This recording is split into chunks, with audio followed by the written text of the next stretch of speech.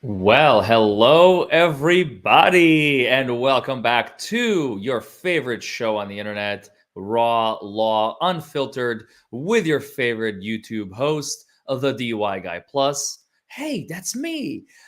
Today we're going to be covering something very, very interesting and very, very special. Something that I don't believe has been covered yet. So this should be a first look for everybody. I remember at one point, I think Megan was on my show a couple of weeks ago when we were doing one of the hearings. I know Megan is actually live with Tug right now. They're finishing up their stream. So I wanted to do this stream like 2 hours ago, but then I found out Tug is going live. So I was like, you know what? I don't want to siphon off his streams. I did enough trying to siphon off Megan's subscribers and super chats for an hour and a half one time. I'm not gonna do it again. I like to give credit where credit is due, and Tug and Megan are continuing to do such an incredible job with what the Hales is, and I'm very, very proud of them. So yeah, I mean, I really want to keep this train going because there is still quite a bit more to cover before we can maybe either hop off the train or move on to other topics. Now, as you know, those of you who regularly follow me on my channel, I don't just cover what the Hales is. We've already covered. We had for public safety on my channel yesterday. We had Aiden Kearney on my channel with Remy Legal, my girlfriend, who's not been feeling well. She's laying in bed right now. Apparently, it's a bug going around. There's a couple other people who have mentioned that they are having the same bug. So she's been doing, okay, drinking some medicine, but basically sleeping.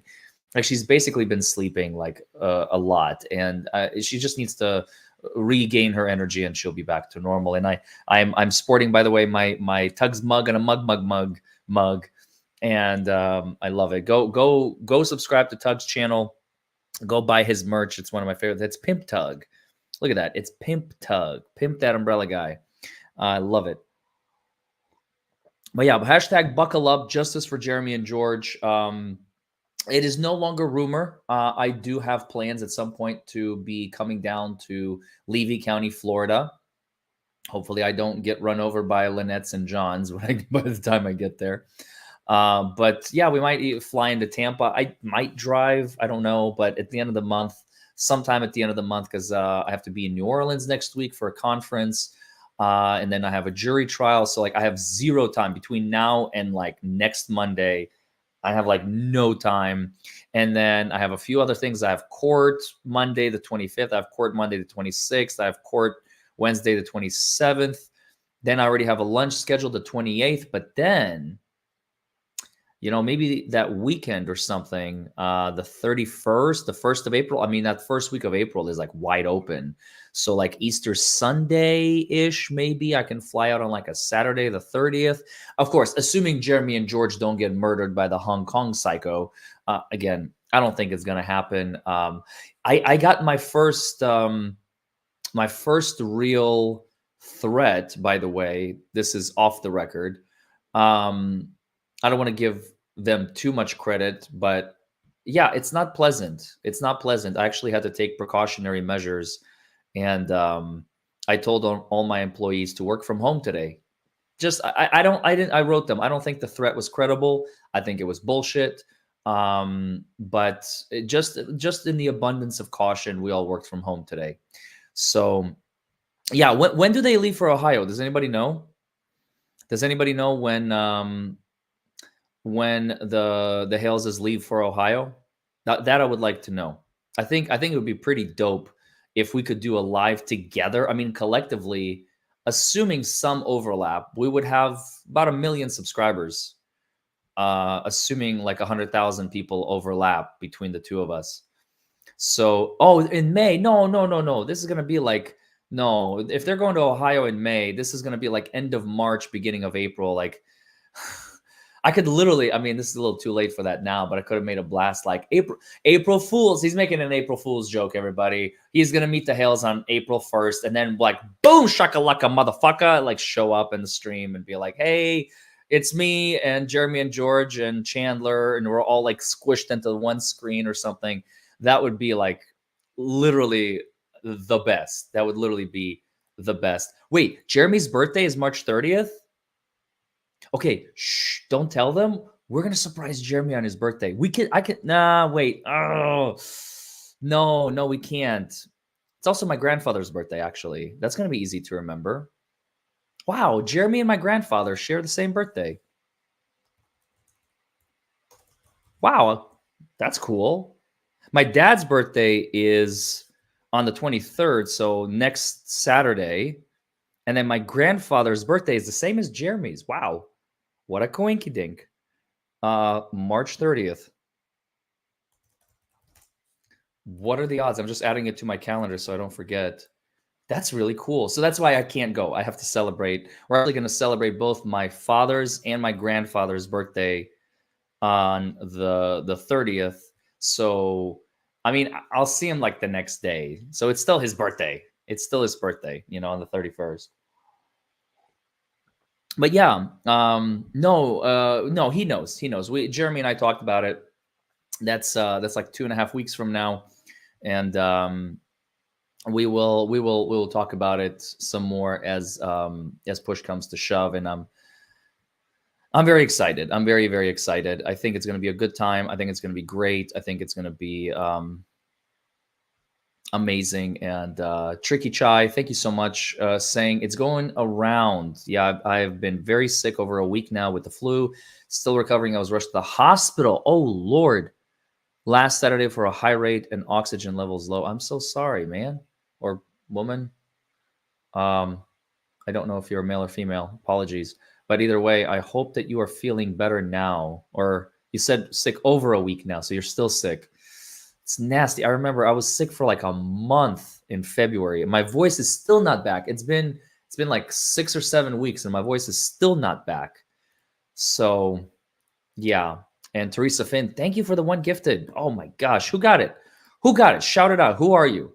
Who are you? They got the gifted sub. Good for you. That is awesome. Thank you so much. So yeah, lots of stuff coming. Tomorrow, Megan and I are live doing the 5th hearing live on this channel. She might also, I don't know, stream on hers. That's going to be up to her. And we'll see what happens tomorrow. And then Saturday, Sunday, I'm probably going to stream that documentary, Surviving Amber Heard. Do y'all remember this documentary? They're really cool people. Tug said that he streamed it on his channel, and I want to stream it on mine. Surviving Amber Heard. We're not going to watch it right now. This is Saturday and Sunday. There are 2 parts, chapters 1 and 2. And apparently it's really, really good. Apparently it's really, really good. Tug said that they're not going to copyright strike you. And they're like super cool people. And it's really awesome. And we're going to watch it together. And I'll give my commentary. I can't wait. I cannot wait. My thumbnail maker is actually working on the thumbs for that as we speak. So I'm very, very, very excited for that. And then, of course, on Monday,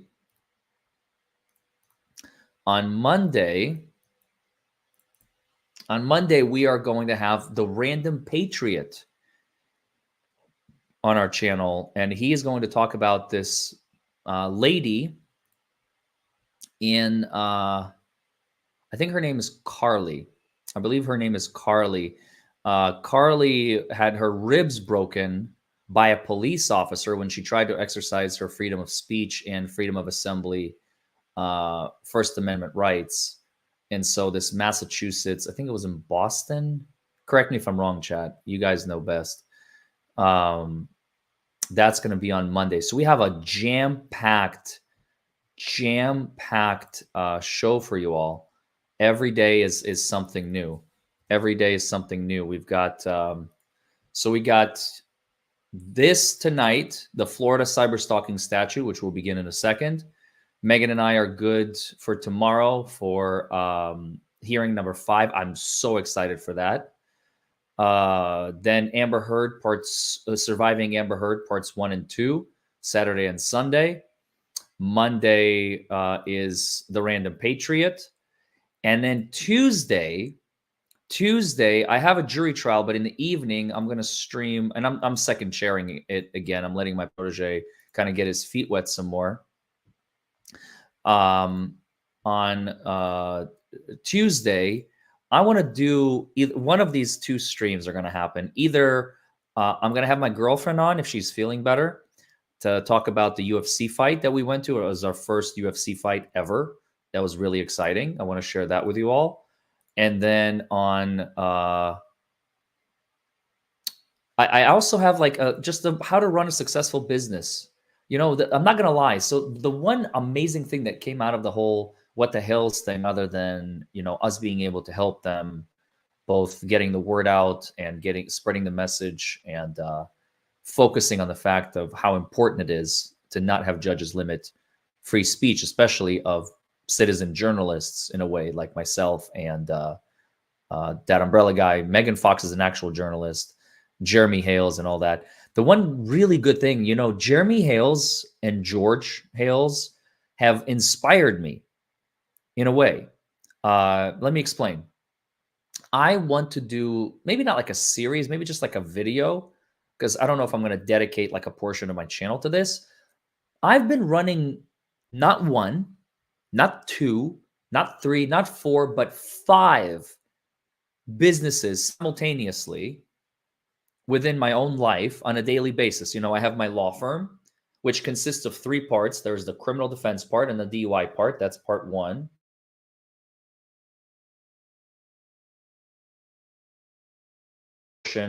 Uh-oh. What happened? Oh, there we go. Sometimes this thing glitches when it's slow. So we have the DUI portion of my practice. We have the criminal defense portion of my practice. We have the civil portion of my practice. Those are 3 separate businesses. They all have an individual website.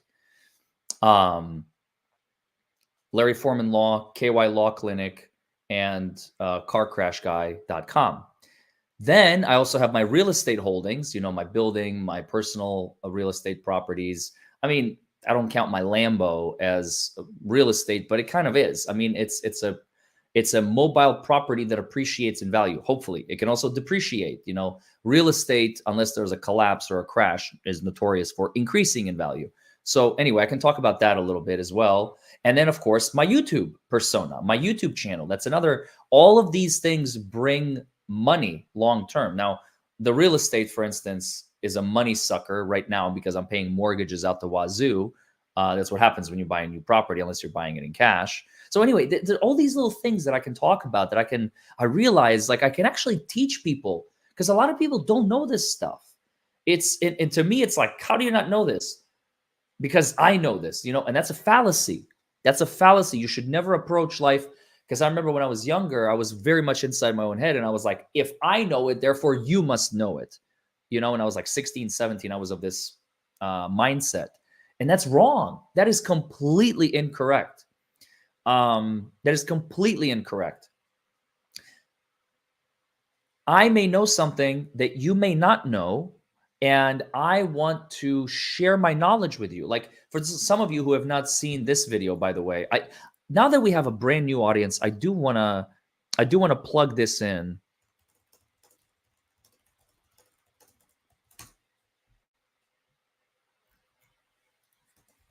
I made a video.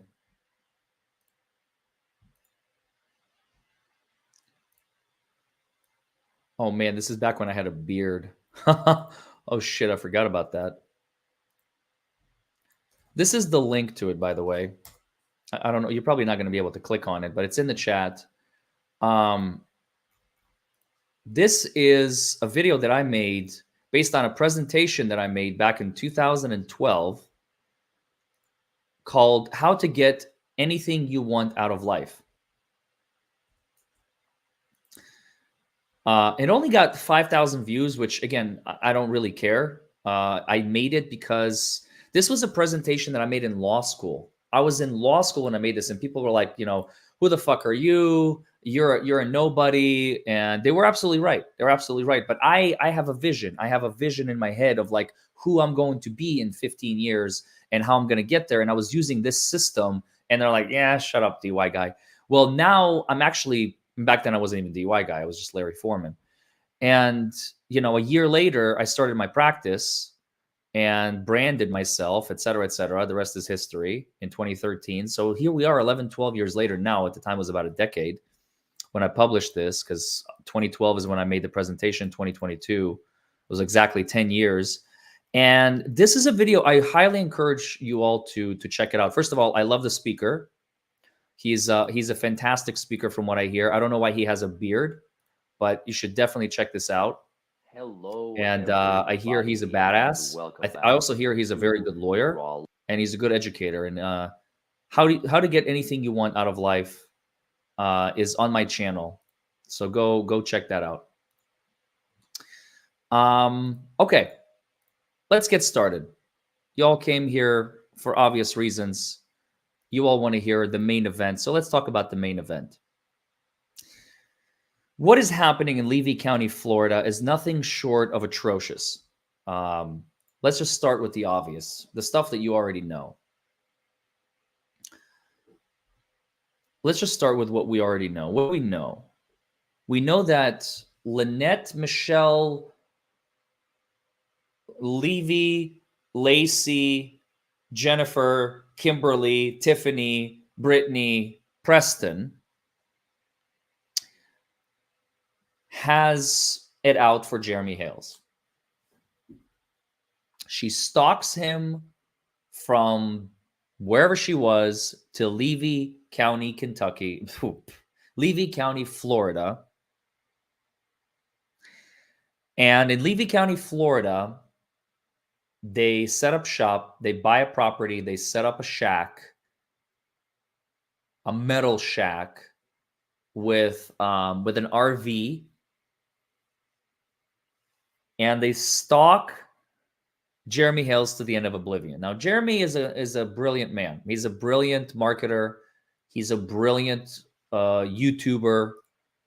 I know he doesn't like to consider himself as such, but hey, a spade is a spade, a duck is a duck. You can't hide from you can't hide from who you are, Jeremy, and that's okay. Look, I understand what he's doing. Jeremy, like I said, he's a brilliant marketer. He wants to keep his audience like in this euphoric state of like, we're just these mythical creatures that collect, possessions, and we sell them on we buy them and we give them back to the owners, or we buy them and sell the contents or whatever, and show the process, crack open safes, collect dinosaur bones. It's the Tug raid. Tug, what's up? Oh, I love you, buddy. Thank you so much. He just finished. I love you, man. Thank you, Tug. Welcome to all the Tuggers. Hashtag buckle up. Hashtag hat rack. Tug and Megan say hello. Oh, that is so sweet. They just finished like I said, I wanted to wait for them to finish before I started this, so we were almost right on the money. He told me around 9:30, so that's why I've been chatting with the chat for a little bit. Chad is always right. Somebody one time came in and said, "Who's Chad?" You're Chad. CHAD. It's a running joke. It's from the Murdaugh trial. Just don't worry about it if you're completely lost. Chad will fill you in on why Chad is Chad. Anyway, so what's happening is nothing short of atrocious in Levy County, because this woman, follows Jeremy to the ends of oblivion, tries to extract and extort after she fails miserably at just getting it for free. She tries to extort money from him. As we read the federal lawsuit, if you don't know what I'm talking about, all the links are in the description below. The entire What the Hell saga is on my channel. There's a separate playlist for them as well. Tug raid. So there's a lot of stuff. They try to interfere with Jeremy's business. They try to interfere with his life. They defame him. They call him different names, and more than just ugly names, disgusting names, absolutely atrocious ways of treating another human being. Just, I have no words. And so Jeremy fights back. He tries to go to Florida to get an injunction against them for stalking, and the court says, Go away, Jeremy. We don't want you. We're not interested in you. Why? You're an outsider. We don't like outsiders. Okay? Get out of here. Not interested. Okay? Leave our town, Jeremy. You're not welcome here. Lynette, oh, Lynette, you're our people. Welcome her with open arms for whatever reason. I can't explain it. And so Jeremy has to go all the way to Ohio to get an injunction against Lynette. And he does. And then he brings it to Florida and says, hey, I have an injunction for stalking, interpersonal protective order against her. And they're like, this is not recognized here. What do you mean? It's recognized in all 50 states. No, you must recognize. No, we're not going to recognize it here. Okay. And Lynette's like, injunction, what's your function? And she's like, I want one of those. So she runs to the Levy County courthouse and says, what do I need to fill out to get an injunction? And she fills out one of these puppies. Remember this? She fills out one of these. We went over it, if you remember. In the Circuit Court of the 8th Judicial Circuit, Levy County, there's the case number, Lynette Michelle Preston versus Jeremy Hales. She fills out one of these puppies, right? Now, she fills this out, and there's a statute on point. So this is the purpose of this video. This is what you came here to see. Okay? How and what and why and where and who gives authority to Lynette to request that Jeremy takes a hike? By court order. Now, as we all know, this has turned into a nightmare because not only is Lynette getting this temporary injunction since December 4th, I believe, 2023, Jeremy is in limbo because we're trying to remove the judge. I say we, it's the collective we. I think all 5,000 of us that are in here right now, or whatever, I can't read, that are in here right now are actually, we're in this together. We're invested in this saga at this point. I'm invested. I'm really invested. I want to help them out as much as I can. That's why I keep spreading the word. And I'm so glad that so many channels have jumped on it. By the way, just shout out a few of them. So I know Tug and I know Megan. So they were like my first direct points of contact after I heard about this story. And I broke it on my channel, and I had Jeremy and George. Now Jeremy and George have been on, I believe they've been on Legally Live, which is a brand new channel. By the way, go subscribe to her. She seems cool. She's got like 2,000 subscribers. So she's brand new. We got MG Law. I think he streamed like a couple of hearings the other day. We got Legal Vices. He had the Haleses on just a couple days ago. I saw, who else did I see? The Expert, Valhalla. I don't think they streamed it on their channels, but they're talking about it. And there's like DJ Radis. I mean, there's all sorts of these like channels that have picked this story up. And if you look up on YouTube, there's like close to maybe 250 videos now over the last 3-4 weeks that have been made about what the Hales is in their saga. And like maybe 15 to 20 of them actually had the Hales on the channel, which is really, really awesome. I'm really glad seeing this growing. Did Inkeles Stero streaming it? Yes, Vices. Veteran Nation. I did not know that. I did not know Veteran Nation is streaming it. Aussie Overlord. Legally Live. Thanks, Larry. You're the GOAT. How you doing? Good to see you. I just subscribed to your channel the other day, by the way, because like I wanted to see when you go live. She tried to raid me the other day, and I had 2 links, and she's brand new to the game, and she messaged me, and she's like, I raided you. And I was like, did you? You did not raid me because I didn't see it. And she's like, oh no, I raided you on the wrong video. And I was like, listen, you're learning. You'll figure it out. Don't worry about it. We're all friends here. Like it's fine. Nick, did Danny on direct? Did she make yeah, the Expert covered this? Danny on direct, did she cover this as well? Oh, sorry, Legally Live. Am I calling you out? Don't worry about it. Listen, you know how many mistakes I fucking made when I started this? Chat, tell Legally Live right now, just to make you feel better, how much, right here in the chat, those of you who are like OGs, have been around a while, how many mistakes have I made on like a live? Just right now, shout them out in the chat. How many times I've screwed up and messed up and done stupid shit and did incorrect stuff. Like, see, there you go. 4,200 mistakes, says Larry Siebens. A lot. It's a learning process. Thank you, NBAT65. Flux is here. How's it going, Flux? Denion, she did hit 10,000. Yes, she did. Hashtag Larry in drag.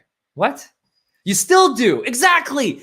And I'm like, I'm close to 400,000 subscribers. That doesn't mean shit in this business, Legally Live. It doesn't mean shit. We still continue to make mistakes day in and day out. So let's get back to our main event. I'm a massive boomer. That's for real, Sarah Marie. I keep digressing. I apologize. I'm usually very good about this, but like today, I'm in such a slap happy good mood. And I've literally been sitting around learning this stuff while waiting for Tug to finish. So this is, ironically enough, this is in the crimes title. So even though Jeremy is not being charged with a crime, there is a separate statute. By the way, cyber stalking is a class 3. It's a felony 3rd degree, which is not what Jeremy is being charged with, because this is not a crime. She is pursuing it in family court. But there is a parallel cyber stalking statute that is a crime, and it's a felony 3rd degree, punishable up to 5 years in prison in Florida. Or if you are a habitual offender, you could be locked up for up to 10 years. Okay. So those are the maximum sentences. They're felonies. Now remember, she's the stalker. Exactly, Linda. She's the stalker. This is a classic case of pot calling the kettle black. So we're Title 9. Title 9. Title XLVI, whatever that is. I can't even, is that 90? No, 90. I can't think. It's like 46. Is that 46 XLVI? Where are my Latin aficionados in the chat? XLVI. I think that's like L is 50 minus X, which is 10 plus 6, right? So Title 46, thank you, chat, of the Florida Statute, Chapter 784, assault, battery, culpable negligence. It's part of that chapter. So it's in this title, that chapter.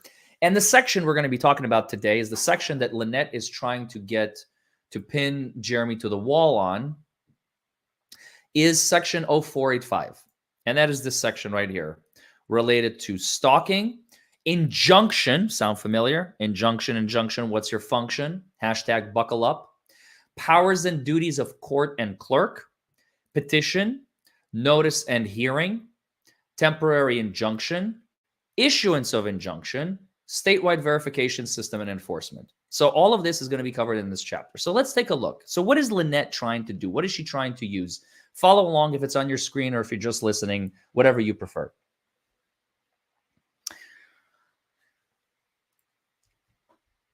Number 1, there is created a cause of action. What is a cause of action? A cause of action is I can sue you for blank. That's a cause of action. We call it a COA or a cause of action. I can sue you for blank. There's created a cause of action for an injunction for protection against stalking. This should sound familiar to everybody by now who's aware of the Hales saga, who has been following along for a while. For the purposes of injunctions for protection against stalking under this section, the offense of stalking shall include, that means must, shall include the offense of cyber stalking. So this statute includes both. Now, what's really unusual about this particular statute in Florida, first of all, it's a new statute, relatively speaking. It's from 2021, so barely 3 years old. And because cyber stalking, not many states recognize cyber stalking. Cyber stalking is a very, very new concept where even though, like, you know, people used to harass other people on phones and text messages, you know, social media takes it to a whole new level. You know, the Twitters and the Facebooks and the Instagrams and the LinkedIns of the world have allowed people to really cyber stalk others in the use of technology, which is very, very frightening. But the problem in this case is Lynette is the Lynette is I just had an aneurysm. Let me fix that. Cyberstalking is a relatively new term and a new concept. So a lot of states like Kentucky doesn't even really have a statute. By the way, don't forget to like this video, comment below, subscribe to the channel if you haven't already, and join on as a member if you are so inclined, and dropped in some super chats. I will be reading those later. So anyway, like Kentucky doesn't have a cyberstalking statute as far as I know. They might be passing one in the next legislative session, but this is new stuff. So she's the stalker, and she's calling the kettle black, saying Jeremy's the one stalking me. And the statute reads, a person who is the victim of stalking or the parent of a legal guardian, which we don't care, has standing in the circuit court. That's why we have Judge DeThomasis, because he's the circuit court judge, to file a sworn petition for an injunction for protection against stalking. So this is the statute that gives her this power. The cause of action for an injunction for protection may be sought regardless of whether any other cause of action is currently pending between the parties. So you don't have to wait for another case to get resolved, like if there's a domestic or whatever. In this case, there was none. But if there was, you don't have to wait. You can file this immediately without any delay. However, the pendency of any such cause of action shall be alleged in this petition. So if you do have something else pending against the other person, you must list it in the petition. The cause of action for an injunction. Hi, baby. My cat just showed up. The cause of action for an injunction may be sought by an affected person. So any person affected by this. Again, Jeremy, I believe, tried to do this, but unfortunately, this is not... she's got the zoomies. Zinni. Oh, if you could see her eyes right now, she's just like, her pupils are like this big. Like this big. She's just jumping around like a crazy cat. It is late at night. This is hunt mode. They usually go hunting for mice when they're in the wild at this time of night. So anyone being an affected person, like Jeremy tried to file an injunction against Lynette. And he failed because they would not accept it, which I think, again, is complete horseshit, because he's the one that's really affected. He's just been reacting to it, and now she's using that as, oh, look at that. See, there's proof that he's been stalking you, which is bullshit, complete horseshit. The cause of action for an injunction does not require either party to be represented by an attorney. There it is. Somebody was asking, like, well, does she have to have a lawyer? It's right here in the statute. There's your answer. Does not require either party. You can be. You don't have to be. Boom. The court may not issue mutual orders of protection. What does that mean? Very simple. You can't both file an order of protection against the other. It has to be one-sided, which I think is completely stupid. I don't know why they put that in there.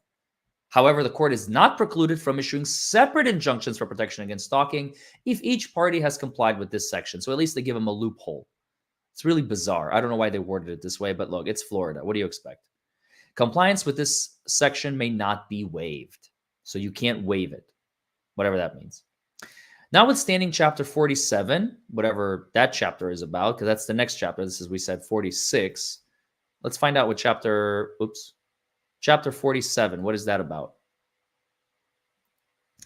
Chapter 47 is about criminal procedure and corrections. Okay. So notwithstanding Chapter 47, a petition for an injunction for protection against stalking may be filed in the circuit where the petitioner currently or temporarily resides. So it doesn't have to be their permanent residence. If it just they're snowbirds, they can. Where the respondent resides, again, same thing, or where the stalking occurred. So in any of those jurisdictions, that can happen. There is no minimum requirement of residency to petition for an injunction of protection. So in theory, Lynette could have been living there for 1 day, and Jeremy could have lived there for 1 century, and she could file this against him. And so can he against her. 2A. Notwithstanding any other law,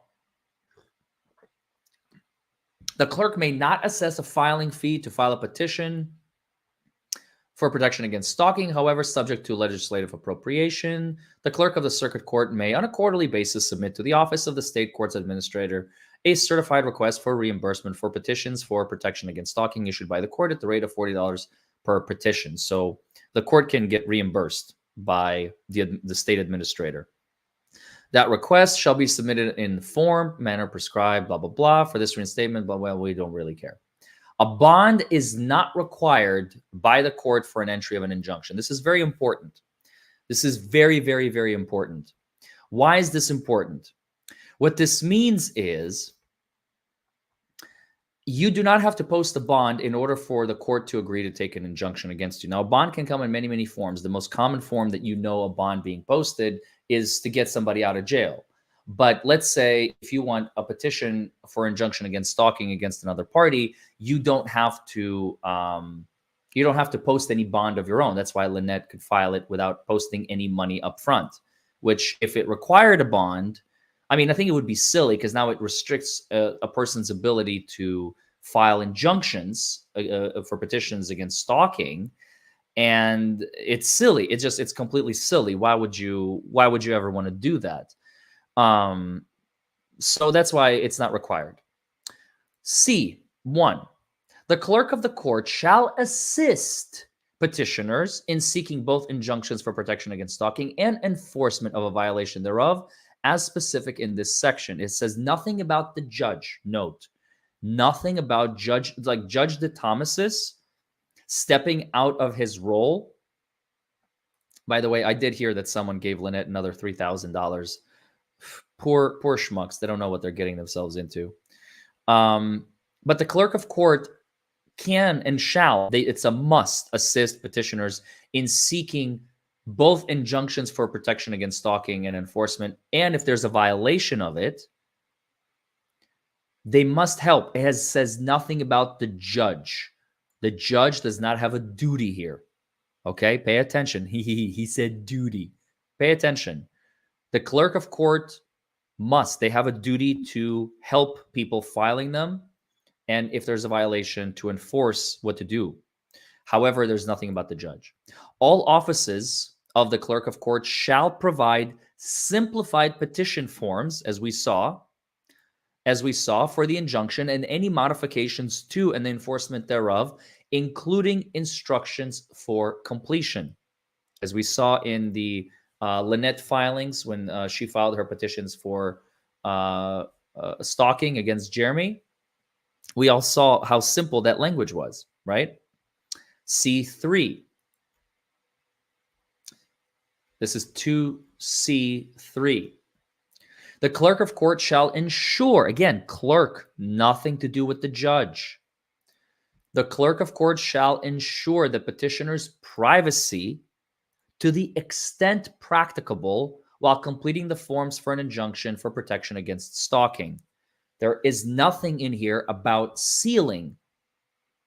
That is probably going to be in a different chapter in Judge DeThomas's defense. But still, again, just to give you an idea of how unprecedented it is to seal documents, even in family court where no kids are involved, I have never seen it. This is after 11 years of practicing law. Granted, I don't do family law very often, almost completely never. We just do EPO, DVO violations, which are emergency protective orders and domestic violence order violations, and so on. Sometimes we represent the victim. Sometimes we represent the perpetrator, the alleged perpetrator, so the respondent or the petitioner. So we do this kind of stuff here in my home state, in my home county and other counties.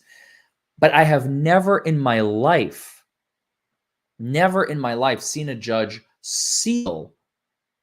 This is starting to become more and more common when it comes to YouTube. When a case starts blowing up on YouTube, judges are starting to rush to seal this case, which is terrifying, which is absolutely terrifying, because back in the day when the media got a hold of cases, let's say I'm WDRB News, which is one of our local news stations, and I would come in and I'd say, I would like the case file. I want to do a story on it. It's open records. It's an open public record. I can get a copy and I can show redacted versions of it on the screen. We all watch. You remember those days back in the early 2000s, the early 2010s, when you sit and you're like, man arrested for yada, yada, yada. Here's his mugshot. Here's his this. Here's his citation. Here's what the police wrote, redacted. Do you remember all that stuff when you were younger? when I was a kid, that sort of thing. Remember those? This is the same thing that we're doing. This is the same thing that we are doing only on YouTube. And now because of it's YouTube and it's not official journalism. It's not the mainstream media. We're scared of these YouTubers and lawtubers and what have yous and the Megan Foxes and the Tugs and the Legally Lives and the Legal Vices and the Nicholas Steros and the Nicholas Requeta and the Emily D. Baker and the Legal Bites and the Law and Lumber and the Runkle of the Bailey and the MG Laws and the MLS Law and the Free Book, Branca. They're scared of us. They are legitimately scared of us. They're scared of what we are doing because we are real. The news are predictable. The news have always been around. The news are, they're journalists, whatever that means these days. I actually think journalists are terrible people because not all of them, again, Megan Fox being the exception. They're afraid of transparency. Exactly. They're terrified what these YouTubers are going to do. Are they going to dox somebody? I mean, the day that happens, and it does happen from time to time, obviously, but the day like somebody doxes like a big story, I really do hope their channel gets shut down because they deserve to be shut down for doxing like somebody, like for instance, oh my God, I'm going to get on my soapbox here for a minute, but apparently I was reading one of the transcripts today from the Johnny Depp trial from 2020. Some of the stuff that has not been posted in some places has been posted in other places, but you don't have to listen. I'm just going to go on my soapbox for just a second. Like Adam Waldman doxed potential witnesses in a Johnny Depp trial. It's apparently that's a fact in the record now. I did not know this. I was today years old when I learned this. So you're getting a little preview of some future videos that I'm going to make. But Adam Waldman, one of the former lawyers who helped Brown Rudnick and the plaintiff's team for Johnny Depp's team, he actually doxed people in the Johnny Depp trial, and some witnesses were afraid to come forward, I think, because of him, which is insane. That's why he lost his pro hac vici status. So anyway, I'm gonna get off my soapbox. Let's get back to the statute. Well, that's for a future video. That's a little brain teaser. That's a little brain teaser. The clerk of court shall also provide petitioner with a minimum of 2 certified copies of the order, which we haven't even gotten to yet because the judge hasn't ruled on it yet. One of which is serviceable and will inform the petitioner of the process for service and enforcement. Or maybe this is when you just file it. I'm sorry, this is not like when it's ruled on. I apologize. The language is a little misleading. The clerk of the court and appropriate staff in each county shall receive training. The clerk of court and appropriate staff. Again, nothing about the judge. There's absolutely nothing here about the judge. And yes, Legally Live. He posted all over Twitter and leaked like personal identifying information of certain witnesses.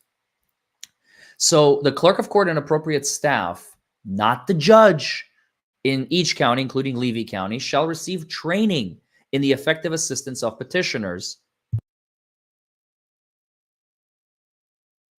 as provided or approved by the Florida Association of Court Clerks and Comptrollers. Trolls. It has troll in it. No, I'm just kidding. The clerk of the court in each county shall make available informational brochures on stalking. So brochures must be provided. This is a very comprehensive process because you're protecting victims of potential stalking, right?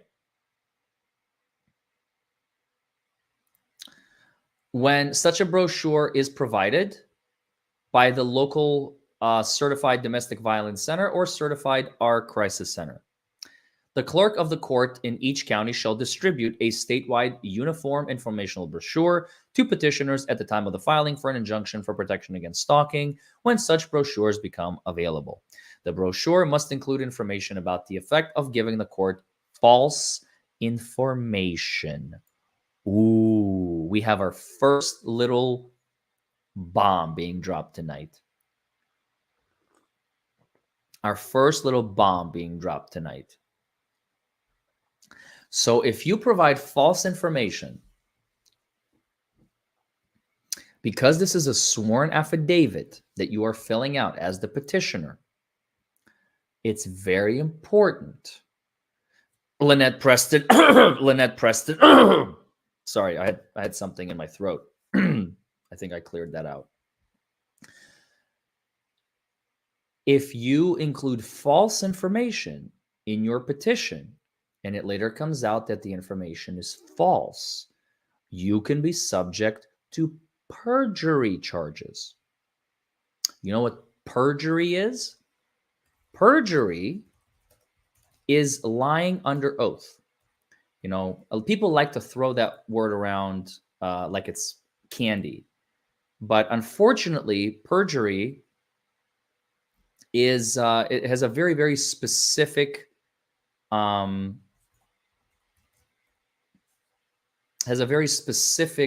definition. And let me just show you guys real quick what I mean. So giving false information lands you in hot water as the petitioner. Why? Because what you're saying is under oath. Florida statute on perjury. This is also 46, chapter 837, perjury. In this chapter, official proceedings means a proceeding heard or which may be or is required to be heard before any legislative, judicial, administrative, or governmental agency or official authorized to take evidence under oath, including any referee, general magistrate, administrative law judge, hearing officer, hearing examiner, commissioner, notary, etc. Oath, we're not going to read. You guys know what that is. Material matter, doesn't matter. You guys get it. Material matter, doesn't matter. Pun intended. And perjury in official proceedings is also a felony of the third degree. So a felony of a first-time offender carries up to 5 years in prison in Florida. So if Lynette, if we're somehow at some point are able to pin her on perjury, she would be looking at a mandatory. She would be looking at a statutory maximum of 5 years. I don't know what the mandatory minimum is. I think it's 1 if it's anything like Kentucky, if convicted. Now, obviously, you can take a plea deal. Sometimes they'll give you no jail time, et cetera, et cetera. But Lynette could be serving up to 5 years in prison for perjury because that's what the Florida statute says. There it is again for those of you who may have missed it. It's a felony in the third degree, punishable in sections, 772, 775-082. And that is, here it is. Let me show you guys this screen. For a felony third degree, look on your screen right now. This is Florida statutes, crimes, yada, yada, penalties. Section 082, penalties, right? So you guys understand this is all real. I'm not making this stuff up. For a felony third degree by a term of imprisonment not exceeding 5 years. So for a felony third degree, term of imprisonment no more than 5 years. There's no statutory minimum listed here. So felony third degree, remember that, third degree. And there it is. Back to perjury, boom. Except as provided in section 2, whoever makes a false statement which he or she does not believe to be true under oath in an official proceeding in regard to any material matter commits a felony in the third degree, punishable by these sections which we just looked at, up to 5 years in prison. You all following along? Good. So now let's get back to our main statute. The brochure must include information about the effect of giving the court false information. Why? Because most people don't understand that lying can land them in prison. Because they're like, well, what's the worst I can do? She did sign. So people are asking, is it still perjury if she didn't sign her petition? She did sign her petition. So some of you are referring to the latter pages, okay? We're not talking about the latter pages. Looky, let me show you. She signed it. She signed it. This is a fantastic question, Big Rays. She signed it. There it is. That's her signature at the bottom, right here. This is the supplemental. This is the 338-page clusterfuck that we went over.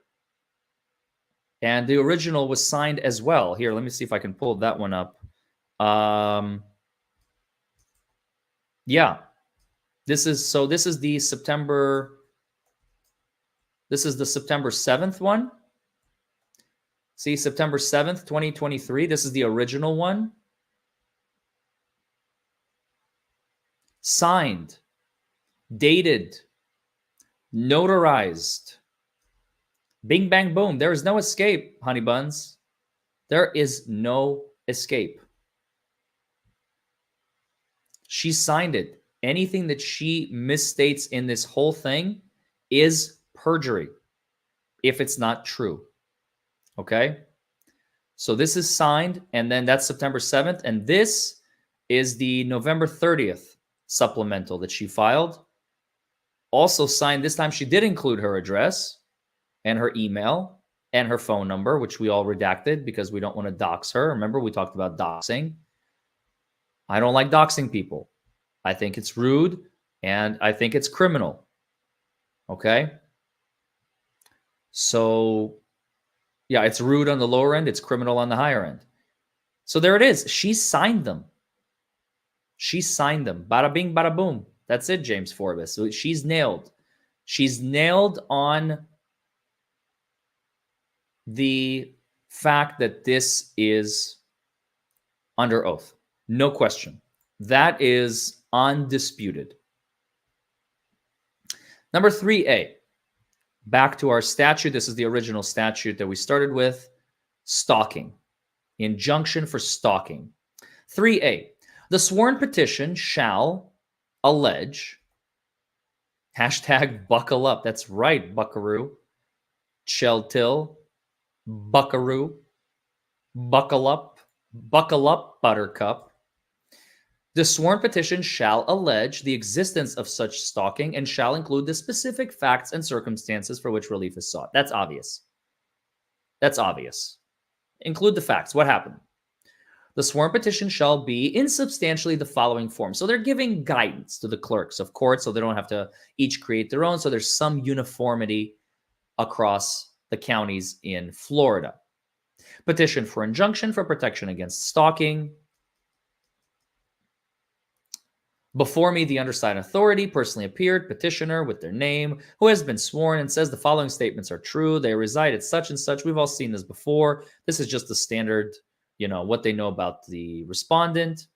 The petitioner shall describe any other cause of action currently pending between the petitioner and respondent, so between Lynette and Jeremy in our case. The petitioner shall also describe any previous attempt by the petitioner to obtain an injunction for protection against stalking in this or any other circuit, and the result of that attempt. Case numbers should be included if they're available. In this case, none were available or proper. The petition must provide space for the petitioner to specifically allege that he or she is a victim of stalking because respondent has, and you mark all these sections, and there's like 1, 2, 3, 4, 5, 6, 7, 8 of them. And if you remember, in the original, not the supplemental, but the original, Lynette marked, I believe, all of them except like 2. Let me pull it up on the screen so you all can see. Lynette alleged, if you all remember, see, there it is. Please mark, this looks exactly like a carbon copy of what we just saw, right? So petitioner is Lynette, respondent is Jeremy. We're just going to replace those names. Lynette is a victim of stalking because Jeremy has, and she is alleging this, and she's signing off on this, whereby potentially committing perjury, that Jeremy committed stalking. Jeremy previously threatened, harassed, stalked, cyberstalked, or physically abused Lynette. Jeremy threatened to harm Lynette or family members or individuals closely associated with Lynette. That's all checked. This one is not checked. Intentionally injured or killed a family pet. That she's not alleging that Jeremy did that. She is alleging that Jeremy used or threatened to use against Lynette any weapons such as guns or knives Cannons not included.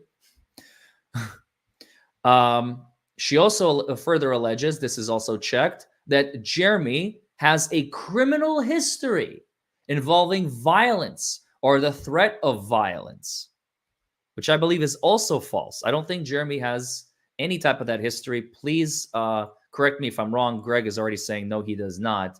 But I'm pretty sure. Yeah, I was about to say she kills her own pets, so she can't really allege. Jeremy does not have any criminal history. I don't believe. And can Lynette be charged? Oh, that's a fantastic question, Marianne Maldonado.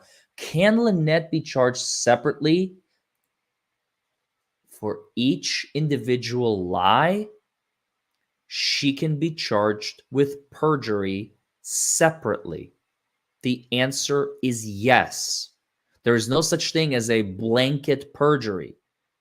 You perjured yourself in this instance. You perjured yourself in this instance. Have you ever seen those monstrous charges and somebody has like, what was his name? Daryl Brooks. Didn't Daryl Brooks have like 97 or some odd charges or something like that? How many charges? Somebody in the chat, remind me, because I don't remember this. I didn't really follow that case. It was too brain hurty for me. My lawyer brain could not comprehend. How many? Yes, up to 5 years for each one, Larry. Yes, up to 5 years to each one. Now, again, usually judges will run them concurrent. What does that mean? If she gets 5 across the board, she'll go to prison for 5 years. It's not going to be 5 plus 5 plus 5 plus 5 plus 5 plus 5 plus 5. 167. That was Daryl Brooks. He had 76. Sorry, 76 counts. 76 counts, says Booyah CS. Remember, 76 counts Daryl Brooks had. So Lynette could have 76 counts of perjury from one document, each one carrying up to 5 years in prison. You see, now it's all starting to tie together. I think now chat is finally starting to get it. It's a puzzle. We're putting together a puzzle, just like we did yesterday with for public safety, Chris Ryder. And the last one she checks, there is another order of protection against him previously. So there's another order of protection issued against Jeremy from another jurisdiction. Again, I think, again, this is the pot calling the kettle black. So that's another, like right here. Right here, there is at least 2 perjuries, I think, or if not 3, 4. Isn't every single one of these basically a perjury? He never threatened to use a weapon against her. He doesn't have a criminal history of violence. That's 2. There is no other order of protection against him. He never threatened John or Lynette, Jeremy, that is. So that's 4. He never previously threatened, stalked, harassed, cyberstalked, or physically abused her. He never committed stalking in the first place. So every single one of these, just on one page alone, or page and a half, 6 of them are each individual counts of perjury she could potentially be looking at. Okay, so let's get back to the statute. So now that you see it in action, let's get back to the statute. So see, does this look familiar, chat? Look at that. Exactly the same. Exactly the same. Literally word for word. Injured or killed a family pet, criminal history, committed stalking, destroyed personal property. You got it. That's why she was pleading the 5th. I think that she knows. I think Lynette knows that she's in trouble. And now the world knows. The whole world is watching. The whole world is watching Lynette. The petitioner seeks an injunction. Mark the appropriate section.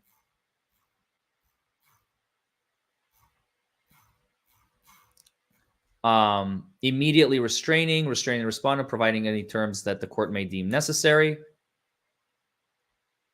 which I believe she asks for a temporary injunction. And then every petition for an injunction against stalking must contain, directly above the signature line, a statement in all capital letters and bold type, not smaller than the surrounding text, as follows. I have read every statement. I have read every statement made in this petition, and each statement is true and correct. I understand that the statements made in this petition are being made under penalty of perjury, punishable as provided in section 837.02 Florida statutes. And the same language appears for more or less in, or no, it exactly appears, excuse me. It exactly appears. And again, let me show you guys. I have to just keep jumping back and forth between, because one is a window, the other is a screen. I understand. This is her petition. This is her signature. Lynette.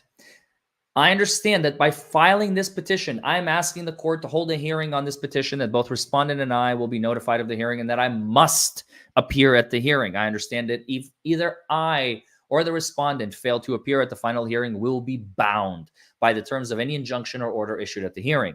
And there's that language that the law that we just read must include. I have read every statement made in this petition, and each statement is true and correct. I understand that the statements made in this petition are being made under penalty of perjury. Signed, dated. Thank you, wham, bam, thank you, ma'am. Maybe not for Lynette. That's kind of gross. But you know what I'm trying to say. Penalty of perjury, punishable as provided in section 837.02. Huh. Why does that sound so familiar? Ah, is that why, DUI guy? Because you just shared that with us, didn't you? 837.02. Oh my God. Oh my God. Look at that. Look at how nicely this all fits together. Look at this beautiful puzzle of felonious conduct. Commits a felony in the third degree. Perjury is a third degree felony. There it is. There's the statute. There it is. There it is.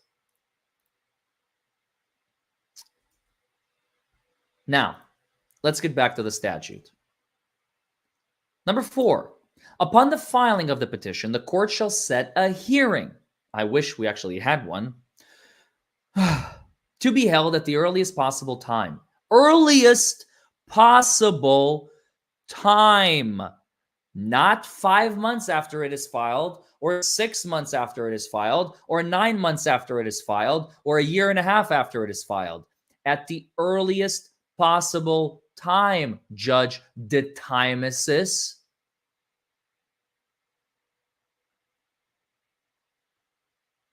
Good God.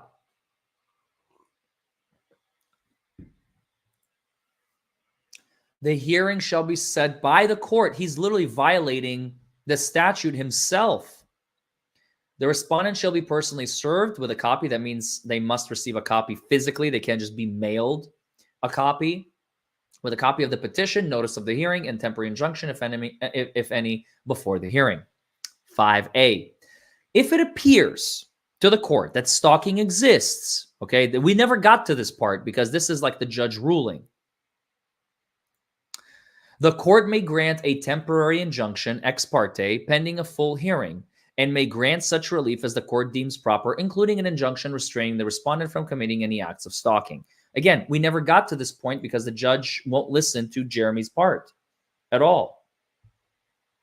Except as provided in section whatever, in a hearing ex parte, meaning hearing by one without the other party being present, for the purpose of obtaining such ex parte temporary injunction, evidence other than verified pleadings or affidavits may also be used as evidence. This doesn't apply because this hearing was not ex parte, so we can kind of skip over that.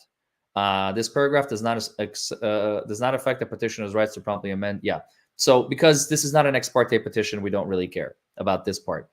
Any such ex parte temporary injunction shall not exceed 15 days.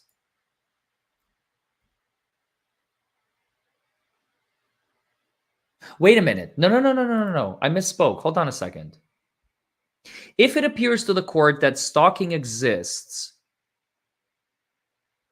oh, fascinating. That's what this is what the right that Judge DeThomasis exercised and bastardized.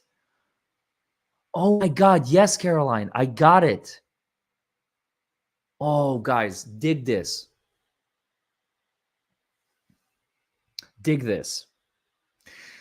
If it appears to the court that stalking exists, okay, so, you know, she filed She filed the petition September 7th. There was a hearing held. Then they got it pushed out. Then in November, she filed a supplemental. November 30th, she filed a supplemental. And then December 4th, she filed another piece. Excuse me. She filed another piece. December 4th, judge said, okay, clearly stalking exists. I don't need to hear any fucking evidence. And he exercised this portion of the statute. Section 784.04855A. If it appears to the court that stalking does exist, the court may grant a temporary injunction ex parte, meaning I don't care about either of you parties or any of the evidence, which is terrifying, but it is pending a full hearing and may grant such relief as the court deems proper, including an injunction restraining the respondent from committing any acts of stalking. Fair enough. So except as provided in certain section, in a hearing ex parte, for the purposes of obtaining such ex parte temporary injunction, there has to be evidence other than the verified pleadings or affidavit. They may not be used as evidence unless the respondent appears at the hearing or has received reasonable notice of the hearing. A denial of a petition for an ex parte injunction shall be by written order noting the legal grounds for the denial. So if they're saying, no, I deny you a temporary injunction, I have to state in writing why I'm denying it as the judge. But the judge granted it, so he didn't have to.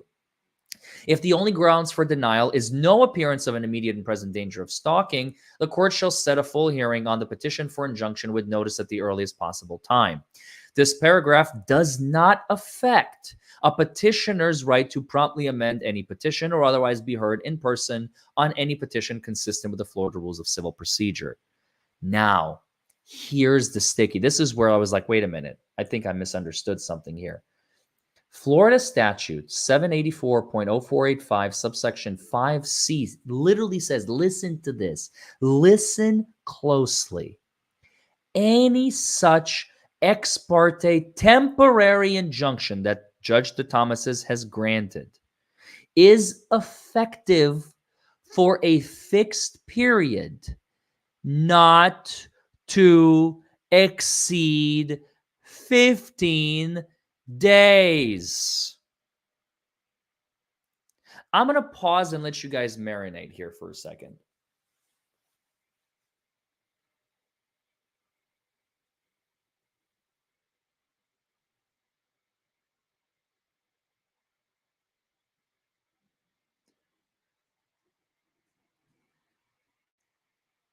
"15 days is the maximum." Okay? By the way, how are those letters of support coming along to the Haleses? I hope you guys are still writing them. If you don't know what I'm talking about, ask the chat. They will fill you in. Any such ex parte temporary injunction is effective for a fixed period not to exceed 15 days. If the judge exceeded 15 days, now we will finish it. We will finish reading this. It probably says somewhere that it can be renewed. I'm sure of it. But still, the law is clear. And now we have a complete indefinite extension because they're trying to remove Judge DeThomasis. We're trying to remove Judge DeThomasis. Wow. Just wow. Says Marlena Cantu. Wow. A full hearing, as provided in this section, shall be set for a date no later than the date when the temporary injunction ceases to be effective. Now, the court may grant a continuance of the hearing before or during a hearing for good cause shown by any party, which shall include a continuance to obtain service of process. An injunction shall be extended if necessary to remain in full force and effect during any period of continuance. Here it is. Ours is stayed completely. We're frozen. We are frozen in time because of the writ of prohibition to remove Judge DeThomasis from the case. So it's literally it's the longest 15 days that has ever happened in the history of 15 days. How many sets of 15 days has it been since December 4th? at least 6, 7, December, January, February, March. 7. 6A. Upon notice and hearing, when it appears to the court that the petitioner is the victim of stalking, the court may grant such relief as the court deems proper, including an injunction. And again, we never got to this part. Restraining the respondent from committing any act of stalking, ordering Jeremy to participate in treatment, intervention, or counseling services to be paid for by Jeremy, referring Lynette to appropriate services. The court may provide Lynette with a list of certified domestic violence centers, certified R crisis centers, and other appropriate referrals in the circuit which the petitioner may contact.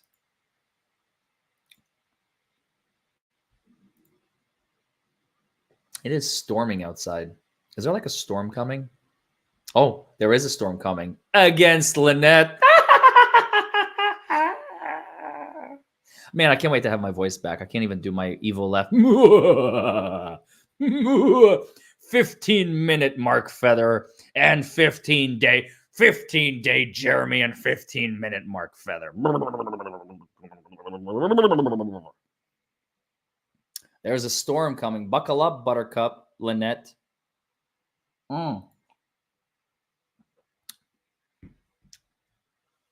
It's a hailstorm. You guys, this is like the worst dad joke I've ever heard. I swear to God. Canadian Angel, somebody send Canadian Angel a box of chocolates. It's a hailstorm. That's fucking funny.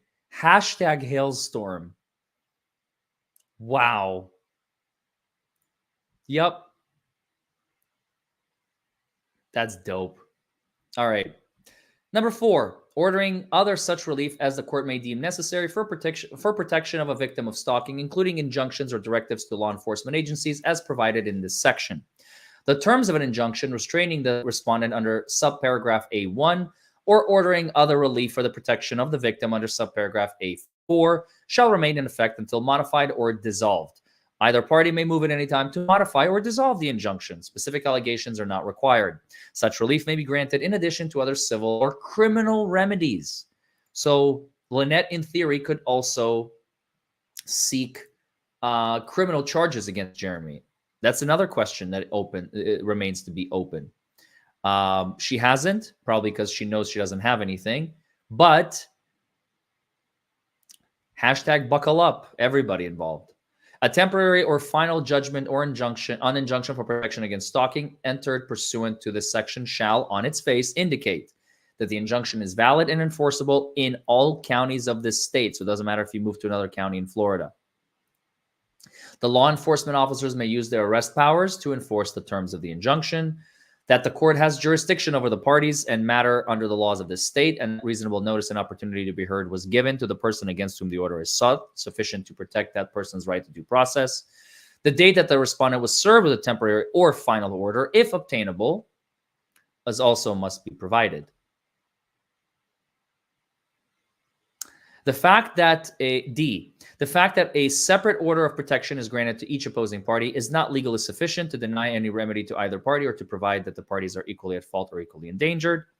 A final judgment on an injunction, again, place we never got to, for protection against stalking entered pursuant to this section must, on its face, provide that it is a violation of this statute and a misdemeanor in the first degree for respondent to have in his or her care, custody, possession, or control any firearm or ammunition.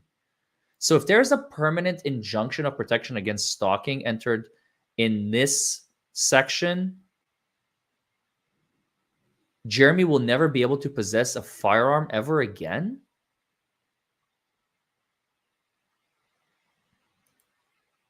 No, that doesn't feel right.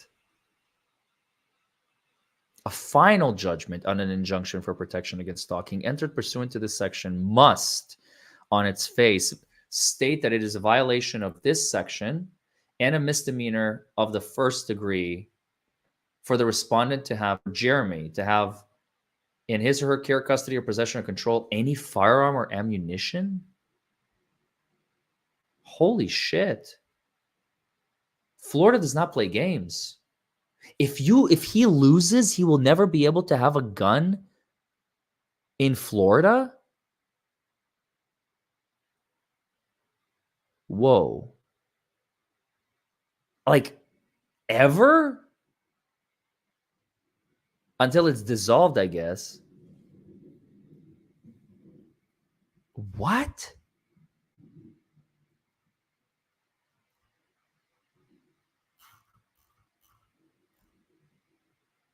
You lose your guns. Holy shit. And it becomes a misdemeanor. Damn. A misdemeanor in the first degree. So if Jeremy is, let's say, hypothetically speaking, let's say Judge DeThomasis would have granted a permanent injunction, not temporary, permanent injunction against Jeremy, and he was found to be with a gun, he could go to prison for up to 1 year. That's this statute right here. Misdemeanor in the first degree. You see that? That's the Florida statute. Misdemeanor first degree by definite term of imprisonment not to exceed 1 year. Martha says North Carolina is the same. Wow. That is so wow. So somebody could file false allegations of stalking against you. You have a rogue judge that sides with you, and they take away your gun rights. You're basically the equivalent of a partial convicted felon for the rest of your life. You can vote. You have some citizen rights, but you don't have a right to your Second Amendment right? Holy shit. That's how it is everywhere. Man, I don't do enough family law, do I? I really don't. I don't know. I mean, I think everywhere except maybe Kentucky and Texas, because Kentucky and Texas really love their guns. Oklahoma too, says TMI. I'm pretty sure in Kentucky you get to keep yours, but I could be wrong. I've never had a stalking. I mean, EPO, DVOs, but are they usually the judge? I mean, sometimes the judge will grant like no weapons, but it's only until the EPO is final. It's like, as long as you don't contact them, you can still have your guns. We're a hunting ground. We love. Same for Texas? Really? Man, I guess I should go back to law school, because what the fuck? That is crazy. This is why I don't do family law, because this is crazy stuff. They take away your gun rights based on the false accusations of somebody. Here we go. Legally Live. Are you in Texas? You also can't have guns if convicted of family violence in Texas. It's a misdemeanor. Also Indiana.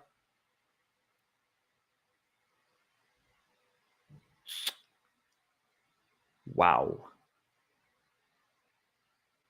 Yeah, Kentucky is a Commonwealth, Jolene.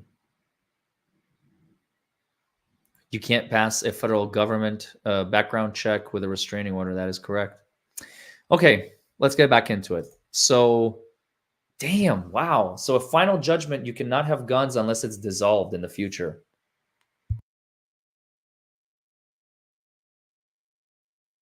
All proceedings under this section shall be recorded.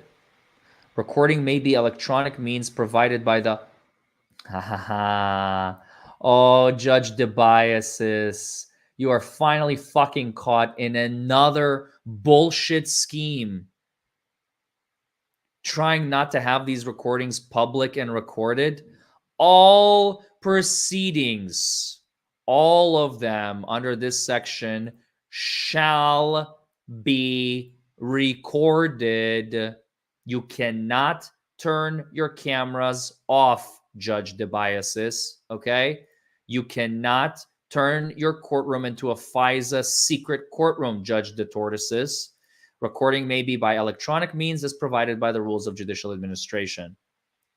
All proceedings under this section shall be recorded. Somebody do a screenshot right now. I'm going to remove myself real quick. Actually, well, I can keep myself. It doesn't matter. I can make it bigger. Here we go. All proceedings. Somebody send that to Judge DeTortosis. I swear to God. You cannot hide from the light. It's literally right there in the statute. It's in the law, Judge. screenshot this, highlight it, underscore, underline, send it to Judge DeThomasis. Don't phone flood him. Letter flood the motherfucker so that he knows who is the boss here. And that is we, the people. That is Sandora is the boss of Judge DeThomasis. And so is Troy Barech. And so is Shell Bell. And Lorraine Gervais, she's also Judge DeThomasis' boss. And so is Rebecca R. Ann, she is his boss. And Gene Brown is his boss. And Ben Lacasse, and Lori Monroe, and J.W., and William Gilligan. And Shasta's Corner is also his boss. And Christine Blagg is his boss. And Snoopy SN 100 is Judge DeThomasis' boss. We the people, James Forbes, Larry Siebens, Paul Amos, Shane O'Rival. We are Judge DeThomasis' bosses. Buckle up.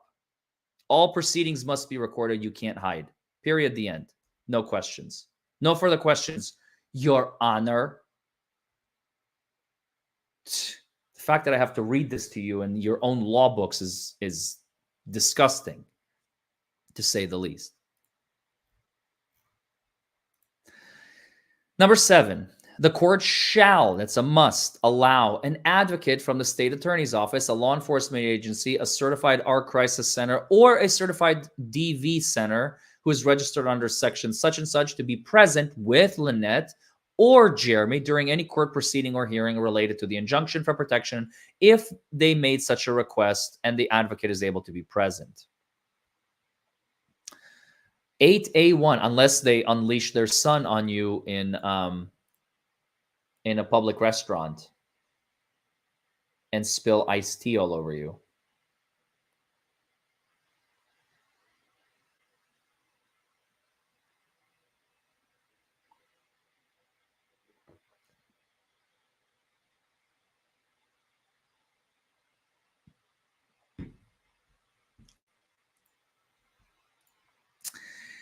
The clerk of court shall furnish a copy of the petition, notice of hearing, and temporary injunction, if any, to the sheriff or a law enforcement agency of the county where Jeremy resides or can be found, who shall serve it upon Jeremy as soon as thereafter as possible on any day of the week at any time of day or night. When requested by the sheriff, the clerk of court may transmit a fax copy of an injunction that has been certified by the clerk of court, and this fax copy may be served in the same manner as a certified copy. Upon receiving a fax copy, the sheriff must verify receipt with the sender before attempting to serve it on Jeremy. In addition, if the sheriff is in possession of an injunction for protection that has been certified by the clerk of court, the sheriff may transmit a fax copy of that injunction to a law enforcement officer who then serves it on the same manner as a certified copy. The clerk of court shall furnish to the sheriff such information concerning Jeremy's physical description and location as is required by the Department of Law Enforcement to comply with the verification procedures set forth in this section. Notwithstanding any other law, the chief judge of each circuit, in consultation with the appropriate staff, may authorize a law enforcement agency within the jurisdiction to effect service. A law enforcement agency serving injunctions pursuant to this section shall use service and verification procedures consistent with those of the sheriff.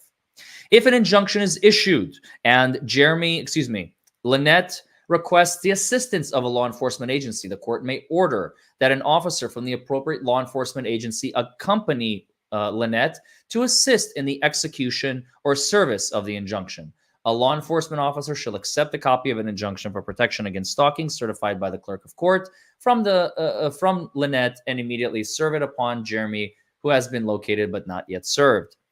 An order issued, changed, continued, extended, or vacated subsequent to the original service of documents enumerated under the first paragraph must be certified by the clerk of court and delivered to the parties at the time of the entry of the order.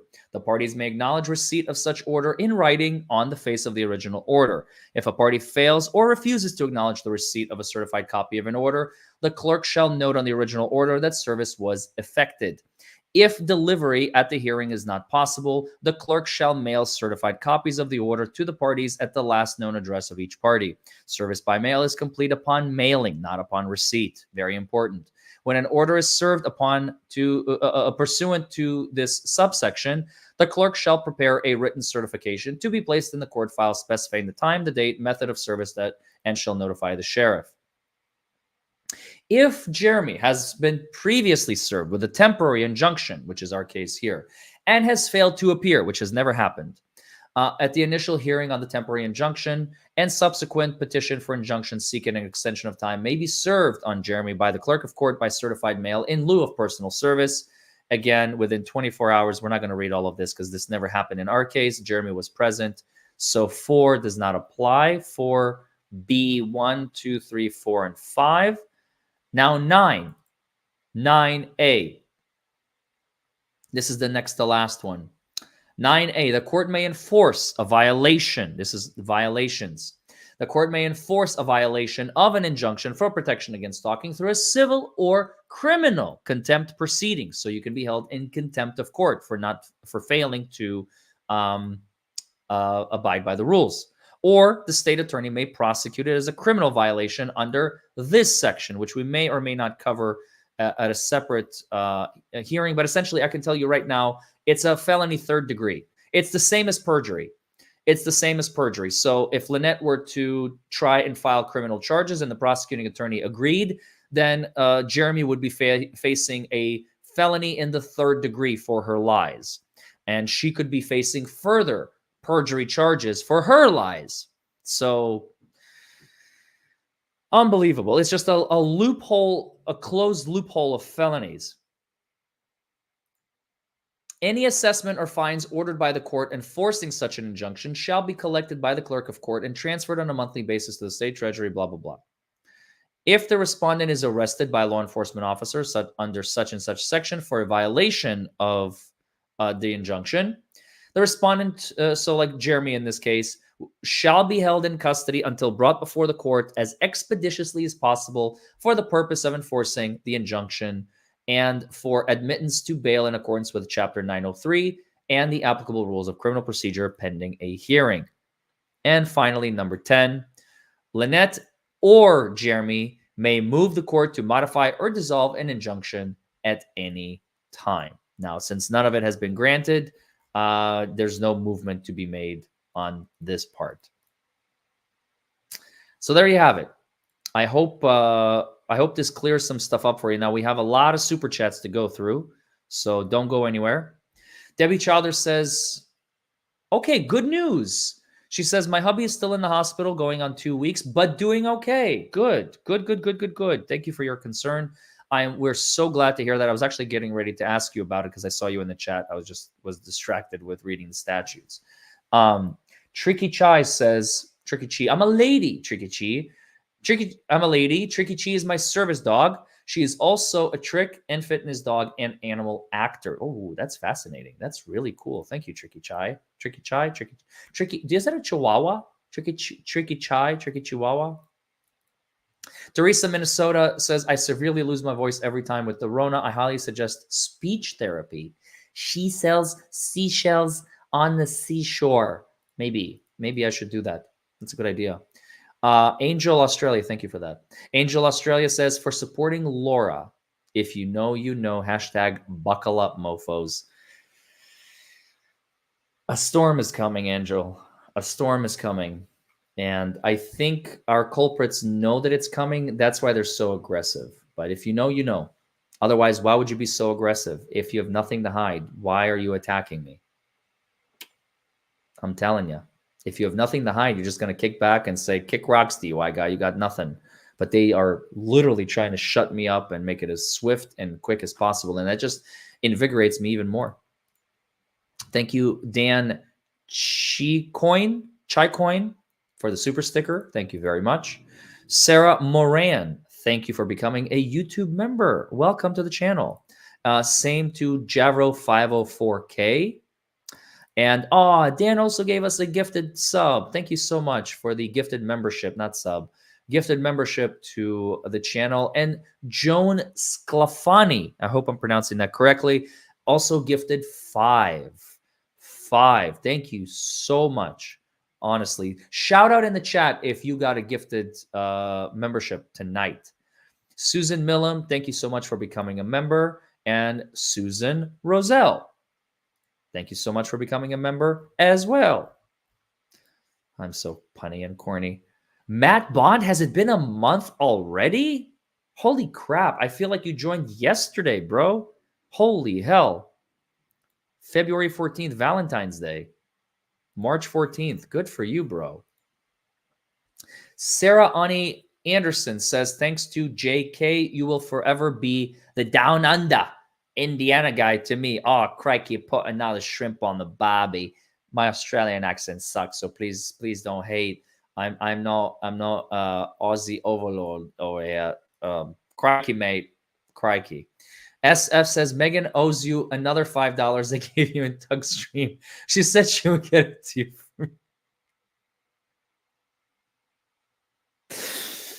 If you know, you know. If you know, you know. Thank you, SF. Megan is going to be on my channel tomorrow, by the way. Don't forget to join. FYI, says Ray Atkinson, and illegal adoption is a nightmare in today's world for the child. Trust me, the name on my birth certificate is Baby Boy G, 60 years old, and I still have not figured out how to cure. Don't you just go to the courthouse? Don't you just go to the courthouse and get yourself like a new name? I thought that was easy. You like $200, you change your name, don't you? I'm pretty sure that's how it works. But I could be wrong. I mean, who am I? I don't know these things. I've never gone for a name change like that way before. I did get one when I got my citizenship, but that was slightly different. That was very different. Back in 2007, when was I naturalized? I think it was November 2007 is when I became a naturalized citizen of the United States of America. Yeah, 2007. I was a sophomore in college. I just started my sophomore year. I was a young bucko, but that was easy. That's automatic. That's easy. You just go to the courthouse, man. Fill out the paperwork. It's easy. Hey, Diane got a gifted membership, and thank you, Canadian Angel, also for joining on as a member. Thank you very much. Next. Gina Hampton Dukes. Oh my God, Megan is out of desk bourbon. Help her. You know what? I've thrown like a couple hundos at Megan. I think she's okay. She can get more desk bourbon on her own. Maybe I'll send her some. I don't know.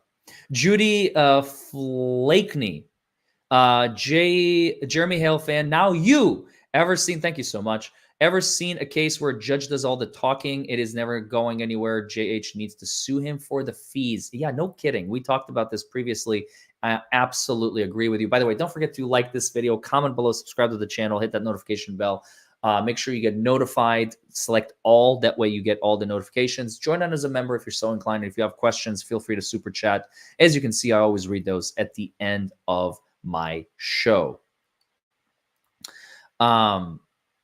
So thank you for that, Judy. Margaret Tier says, as it's St. Patrick's Day weekend here in Ireland,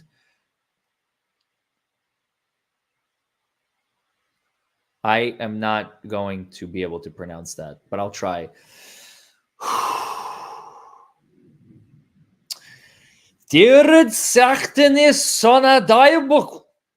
Is happy St. Patrick's Day weekend in Irish. How badly did I do, Margaret? On a scale of 1 to your total fucking madman. That was like the worst Irish accent I've ever done.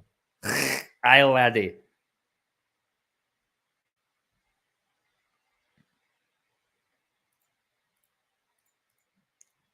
Bonnie Heron says, Herony already has a CPO, a protective order, court protective order. So how can she file if there's no vital orders? I don't understand the question. I'm sorry, Bonnie.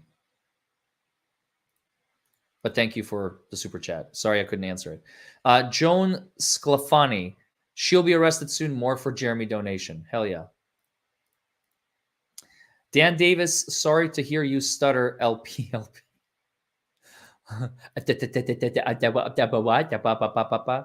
Internet killed the TV. Can you cover 18 USC 31 maybe some other time? Kmat Red Queen on the hearing on November 29th was not signed. Are you talking about November 30th was signed? We looked over that, unless I'm missing something. And even if it wasn't, we have enough. We have plenty. We have plenty. Dan, thank you again for a couple more. And here it goes again, up to 5 years for each lie under oath. Exactly. Exactly. And Deborah Roth says, thank you for being you. And thank you for being you, Deborah. Thank you for being you. Nathan C says, does the law allow confiscating of guns with temporary injunction? Yes. Yes, it does. Unfortunately. Buckle up, it's the law, says Jim Dara. Did you just come up with my new slogan?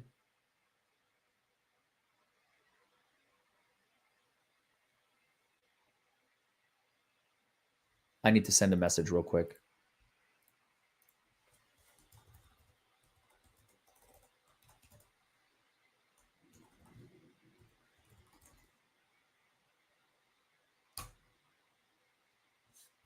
Oh, come on. Oops.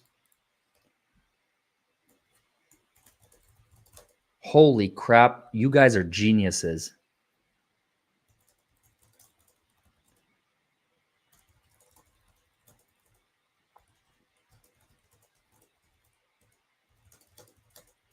You are a genius, Jim Dara.